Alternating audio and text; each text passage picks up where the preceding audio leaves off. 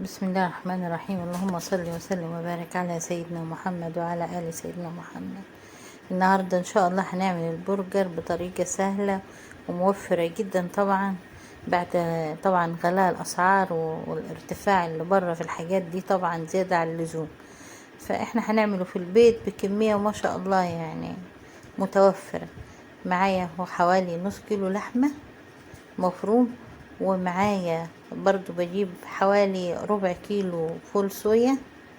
وبجيب بصلاية زي ما انا شايفين كده، حطيت البصلاية وببدأ اضيف عليها الفول الصويا وبضيف اللحمة عليهم، وابدأ اخلط البصلة بفول الصويا باللحمة المفروم كده بايه بالتدريج، يعني بالتناوب، مرة في مرة، كمية كمية، لحد ما انتهي من فرمهم كويس خالص وتنعيمهم خالص زي ما احنا شايفين اهو. يعني احنا بدأنا اهو نشتغل فيهم كمية كمية، ما نحملش على المطحنة بتاعتنا جامد، يعني بحيث انها تنعم لي المكونات بتاعتي، لان لازم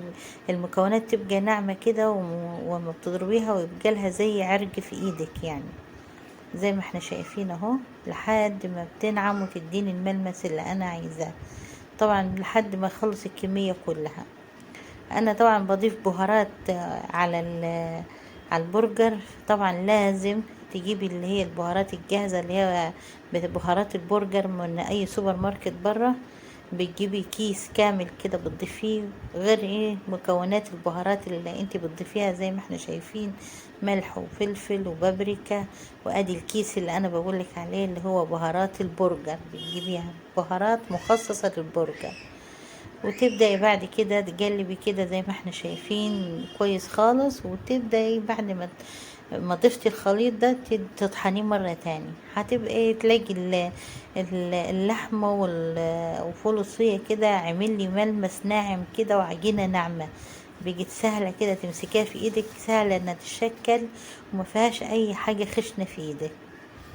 وتبدأ تجيبي كيس عشان تعرفي تشكلي وتاخدي القطعة تبقى سليمة وما ما تتبهدلش معاكي. بتبدأي زي ما انت شايفة كده بأي حاجة مدورة عندك، بتفردي قطعة البرجر زي ما احنا شايفين كده الخليط، وبأي حاجة مدورة، غطاية، برطمان، قطعة مدورة، أي حاجة، تبدأ تشيل الحياة دي من حواليها زي ما انت شايفة كده اهو، الزيادات بتطلع لك الحجم والشكل اللي انت شايفاه ده. طبعا احنا لازم قبل ما نستخدمه هنفرز ونجمده في الفريزر، بنكون مجهزين طبقة فل حاطين عليها اكياس، مقطعين اكياس تلاجة كده ومجهزينها، وبين كل طبقة وطبقة بحط كيس فاصل، وابدأ اقطع واشكل فيه براحتي زي ما كده لحد ما انتهي من الكمية الاخرة. لازم قبل ما استخدمه احطه اجمده في الفريزر، وبعد كده ابدا استخدمه معي، ما ينفعش استخدمه هو بالحالة دي مباشرة، لان ايه هيتبهدل مني وهيبقى يعني مش هيديني النتيجة اللي هي انت هتحبيها يعني.